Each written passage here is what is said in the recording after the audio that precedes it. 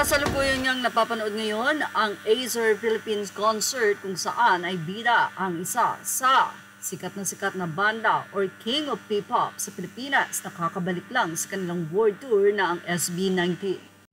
Masasabi natin na sa 100%, 90% ay fans ng SB19 ang nasabi nga pong suportang nakuha ng Acer Day concert na ito kung saan ay makakasama din ng mga ibang artists. Siyempre, nandoon at inaabangan din ng mga fans si Sarah Geronimo, lalong-lalo na ang collaboration nilang Umaaligid. Mula nga sa Philippine Concert Facebook page, sinabi niyang crowd right now for Sarah Geronimo, SB19, Pamilya de Guzman, G22, Kamikaze, and the Iggy Worms at MOA Arena Ultimate OPM. Grabe, napakarami nga pong tao na nagpunta doon at makikita rin ang mga merch kung saan dala-dala nila ang kanilang mga lightnings ng SB19. Kaya naman marerecognize mo ang nasabi nga po mga fans ng grupo. Hello 18 and Acer fam, it's an Azerific celebration. Let's break a limit. Excitement in the air. What do you think our Mahalima will perform this time?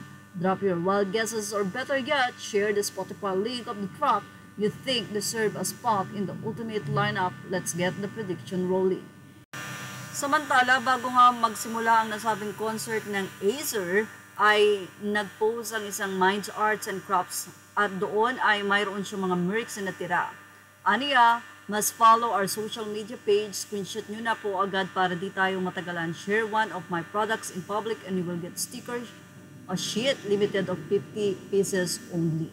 So mga merch na ito ay natira po daw noong simula at wakas. Every social media likes one sticker, kaya i-like nyo na lahat para more previous, more or less 500 pieces lang po ito. Iko-comment ko na lang po dito mamaya mga 1 to 2 p.m. kung saan ako makikita.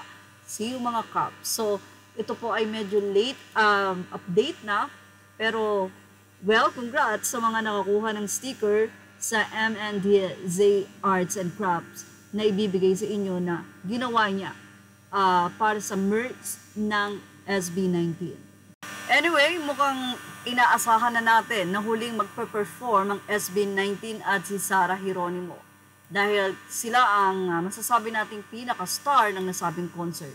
At ayon nga sa mga comment ay nagkakaroon dito ng medyo hindi magagandang komento at sana nga daw ay ma-appreciate lahat ng artists na nag-participate sa nasabi nga pong concert.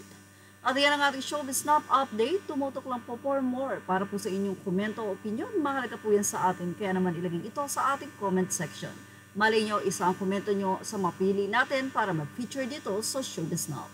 Thank you for watching. Images are all credit to the rightful owners. Please like, share, and subscribe.